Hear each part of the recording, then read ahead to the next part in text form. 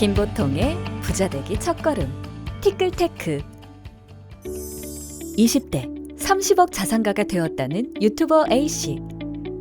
30대 25년치 생활비를 벌어놓고 조기 은퇴에 성공해 파이어족으로 등극했다는 전 직장인 B씨. 김보통은 오늘도 꿈을 꿉니다. 이 시대의 보통 청년 김보통 씨는 과연 부자가 될 수 있을까요? 김보통의 부자되기, 저축은 생활입니다. 부자가 되는 첫걸음, 저축은 잔돈부터. 먼저 적은 금액으로 시작합니다. 티끌테크라고 들어보셨나요? 요즘 유행하는 잔돈 금융인데 사실 많은 사람들은 저축이라고 하면 1억 모으기와 같이 큰 돈을 모으는 것으로 생각하는 경향이 있습니다. 하지만 저축은 돈을 불리기 위해서 하는 것이 아닙니다. 저축은 단순히 돈을 모으는 행위도 아닙니다. 저축은 우리의 소중한 미래를 위해 꼭 필요한 돈을 준비하는 것입니다. 저축은 보통의 우리가 미래를 예측하고 준비하게 합니다. 미리 계획하고 차근차근 모아나가는 과정에서 돈에 대한 불안감이 줄어들어 심리적으로 안정됩니다. 오늘 쓰는 돈은 과거에 저축해둔 돈이고 오늘 버는 돈은 미래를 위해 저축을 하는 선순환 구조가 되기에 소득과 소비 사이 완충작용을 통해 경제적으로 또 심리적으로 여유 있는 생활을 할 수 있게 합니다. 저축, 여유가 없어서 못하고 있나요? 그런 걱정은 할 필요 없습니다. 통장에 남은 1,000원 미만의 잔돈을 모아주는 것처럼 아무리 적은 돈도 소중하게 저축해주는 잔돈 금융상품이 많이 있기 때문입니다. 가만히 두면 여기저기 써버릴 자투리 돈도 잔돈 금융을 활용하면 차곡차곡 모아둘 수 있습니다. 평소에 소홀히 관리하던 티끌 같은 돈도 모아서 써보면 새로운 경험이 됩니다. 잔돈 금융으로 10만 원을 모았다고 가정해보세요. 어쩌면 10만 원 정도는 굳이 이런 저축을 통하지 않고도 용돈에서 충분히 쓸 수 있는 금액일 수 있습니다.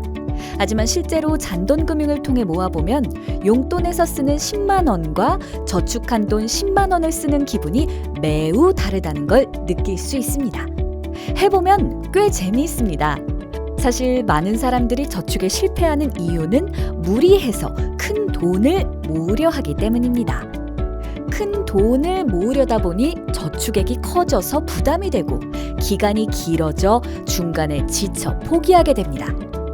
소액으로 시작하면 저축에 대한 성공 경험이 늘어나고 성공 경험이 늘어나야 즐거운 마음으로 저축을 계속할 수 있습니다.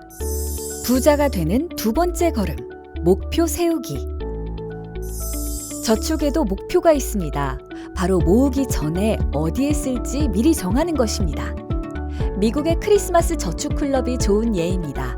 11월에 계좌를 개설해서 매주 일정액을 저축하고 1년 후에 찾습니다.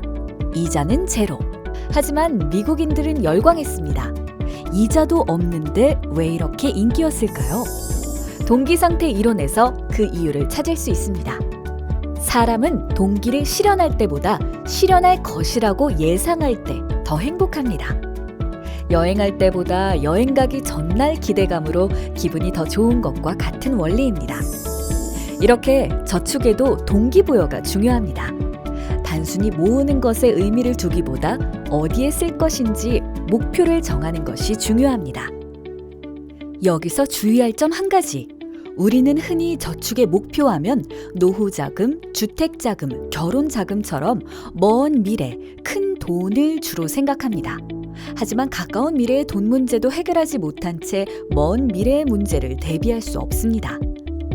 저축은 일상의 소소한 것부터 하나하나 계획하고 실천해 나가는 것입니다. 갖고 싶은 물건이나 가고 싶은 여행지 같은 것을 떠올리면서 하면 좋습니다. 은행 앱을 통해 저축 통장에 계좌 별명을 입력할 수 있는데 여기에 저축 목표를 적어보세요. 재충전을 위한 호캉스, 소확행을 위한 작은 지갑과 같은 것도 좋습니다. 이런 식으로 목표를 정하고 계좌를 나누어 저축하면 애써 저축한 돈을 불필요한 곳에 쓰지 않게 방지하는 효과도 있습니다. 부자가 되는 세 번째 걸음, 짧은 저축부터 시작.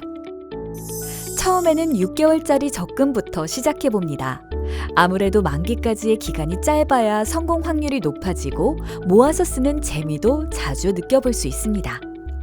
6개월, 생각보다 금방 갑니다. 6개월 만기가 되면 새로운 1년 저축에 도전해 보세요. 물론 어디에 쓸지도 미리 정해놔야 합니다. 이런 식으로 차츰차츰 기간을 늘려가다 보면 돈 모으는 것도 습관이 됩니다. 돈 쓰는 재미도 쏠쏠하지만 돈 모으는 재미는 더욱 쏠쏠하다는 것을 느끼게 됩니다. 물론 모은 돈은 결국엔 모두 어딘가에 쓸 돈입니다. 기억할 것은 우리는 앞으로 죽을 때까지 돈을 쓰면서 살아야 한다는 사실입니다. 아무리 저금리 시대라고 하더라도 내가 번 돈을 그냥 쓰는 사람, 또는 대출이나 카드 할부로 이자를 내면서 쓰는 사람과 저축을 통해 이자를 붙여서 쓰는 사람의 차이는 시간이 갈수록 커질 수밖에 없습니다. 앞으로 60년은 더 돈을 쓰고 살게 될 테니 60년의 이자는 결코 무시할 수 없습니다. 저축하는 돈 때문에 당장의 소비는 줄어들지언정 인생 전체의 소비는 훨씬 더 커집니다. 부자가 되는 마지막 걸음, 복리의 마법. 단리는 원금에만 이자가 붙는 것이고 복리는 원금 더하기 이자에 이자가 붙는 방식입니다. 요즘에는 월복리 적금 상품도 판매를 하고 있고 굳이 복리 상품을 활용하지 않더라도 매년 만기된 저축을 재해치한다면 복리 효과를 누릴 수 있습니다. 보통의 우리는 누구나 빨리 부자가 되고 싶습니다. 빨리 많은 돈을 모으고자 하는 욕심은 너무 많은 금액으로 저축을 시작하게 만들고 실패로 이어지기 쉽습니다. 이런 경험이 쌓이면 저축에 대한 자신감이 떨어지고 결국 저축과 멀어지게 됩니다. 그러니 처음 시작은 소액으로 단기 저축부터 차근차근 저축 근육을 늘려가 보세요. 시간이 지나면 저축한 돈이 쌓이고 굴리는 돈이 커질수록 복리 저축 효과는 더욱 커집니다. 김보통의 부자 비법 어떤가요? 보통의 우리 모두 해볼만 한가요?